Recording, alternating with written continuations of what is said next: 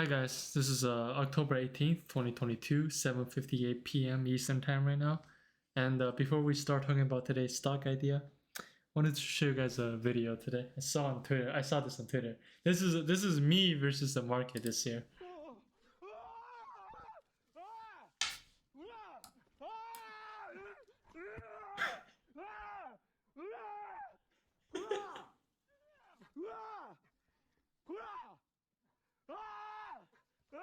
It's coming back.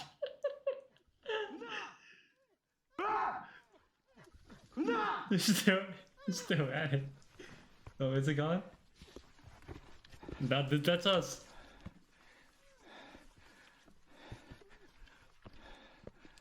I think it's gone.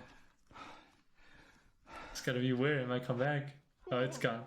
Well, yeah. Anyways, let's go back to the go back to stock. Hi guys. I think I have my intro already. The stock the market for today has been a red day. We had a quick gap up, immediately fell down, and then we kind of recovered a little bit in the afternoon. But here's the thing. We have undercut the previous June low, and then we put in a big volume last Thursday, and then we had a couple days in a quick, maybe not a not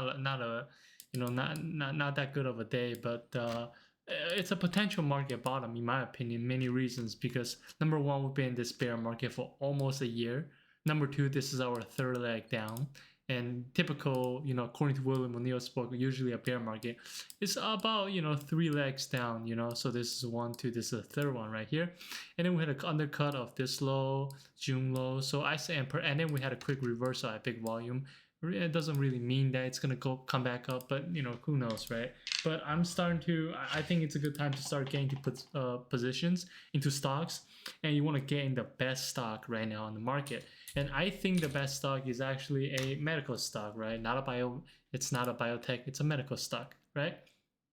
And this is the reason why I choose this stock, is because during the entire time the market had that went down, the third leg down, right? That I just had, this stock also went down, but the beauty of it is that we went down on low volume. You can see the volume declines every single week as we go, and we're still near all-time high, right? We're only about 13% from all-time high, and what that means is that the overhead supply here isn't very strong. The demand is high for the stock.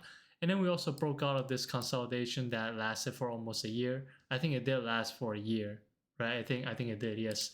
And now I'm looking ready to enter the stock, and the stock is giving me a pretty nice entry. Right here, we're testing the 50-day moving average. There you can see the 50-day moving average is still on the uptrend. The 20-day moving average is what's problemsome. That's on the downtrend. But here's the thing: we are actually testing right above the 20-day moving average. And then 20 days ago, the stock was at this is where it was 20 days ago, and we're really close to where it was 20 days ago, right?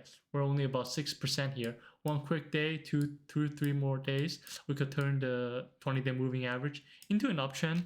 Number two, if we try to find where the sellers are showing up, we can actually draw a trend line here. This is how do we draw a trend line? Really easy. We have the first point of where sellers showed up, second point where the sellers show up, third point, and then the fourth point, right?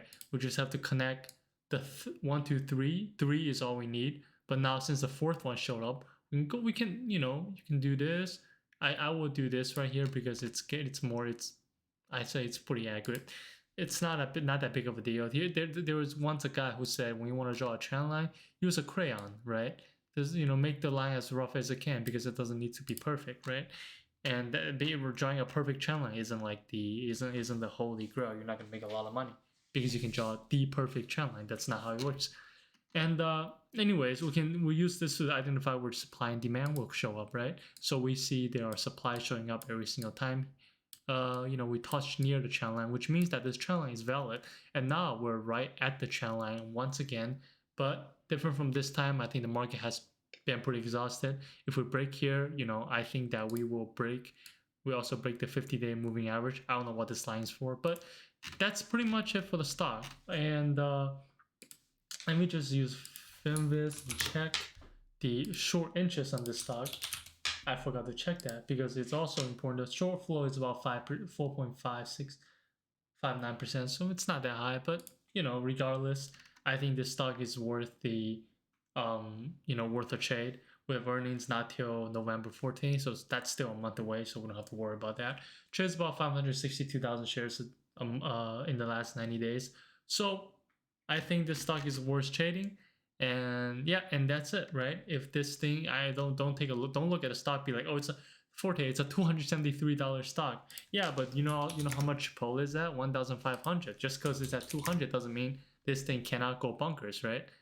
Maybe what if it could go up to, if it goes up to Chipotle's price, that'll be a 462% move.